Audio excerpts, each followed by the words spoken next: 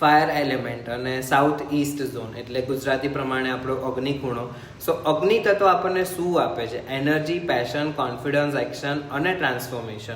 જેમ અગ્નિ બધું શુદ્ધ કરી આગળ વધવાની શક્તિ આપે છે, એ જ રીતે આપણા જીવનનો ગ્રોથ, મોટિવેશન અને એક્શન સાઉથ ઈસ્ટ દિશાથી આવે છે. એટલે સાઉથ ઈસ્ટને વાસ્તુમાં ફાયર ઝોન કહેવામાં આવે છે. આ દિશા જેટલી તમારી બેલેન્સ, એક્ટિવ અને ક્લીન હશે, તેટલું જીવન તમારું પ્રોગ્રેસ અને એન્થુઝિયાસ્ટિક રહેશે. જો સાઉથ ઈસ્ટ વીક હોય, જેમ કે ત્યાં વોટર એલિમેન્ટ આવી ગયો, કટ આવી ગયો, હેવી સ્ટોરેજ, અધરવાઇઝ ટોયલેટ આવી ગયું, તો જીવનમાં તમને લો એનર્જી, એંગર, કન્ફ્યુઝન અને ડિલે ઇન એક્શન જોવા મળે છે. પણ જ્યારે સાઉથ ઈસ્ટ સ્ટ્રોંગ હોય, જેમ કે ત્યાં પ્રોપર ફાયર એલિમેન્ટ છે, ક્લીન સ્પેસ છે, રાઇટ કલર્સ તમે યુઝ કર્યા છે, તો વ્યક્તિ સ્વાભાવિક રીતે કોન્ફિડન્સ, લીડરશિપ, ફોકસ અને એક્શન ઓરિએન્ટેડ રહે છે. યાદ રાખો, બોડીનો ફાયર એલિમેન્ટ અને ઘરનો સાઉથ ઈસ્ટ બંને જીવનની એનર્જી છે. Balanced fire, powerful action, strong south East, successful you.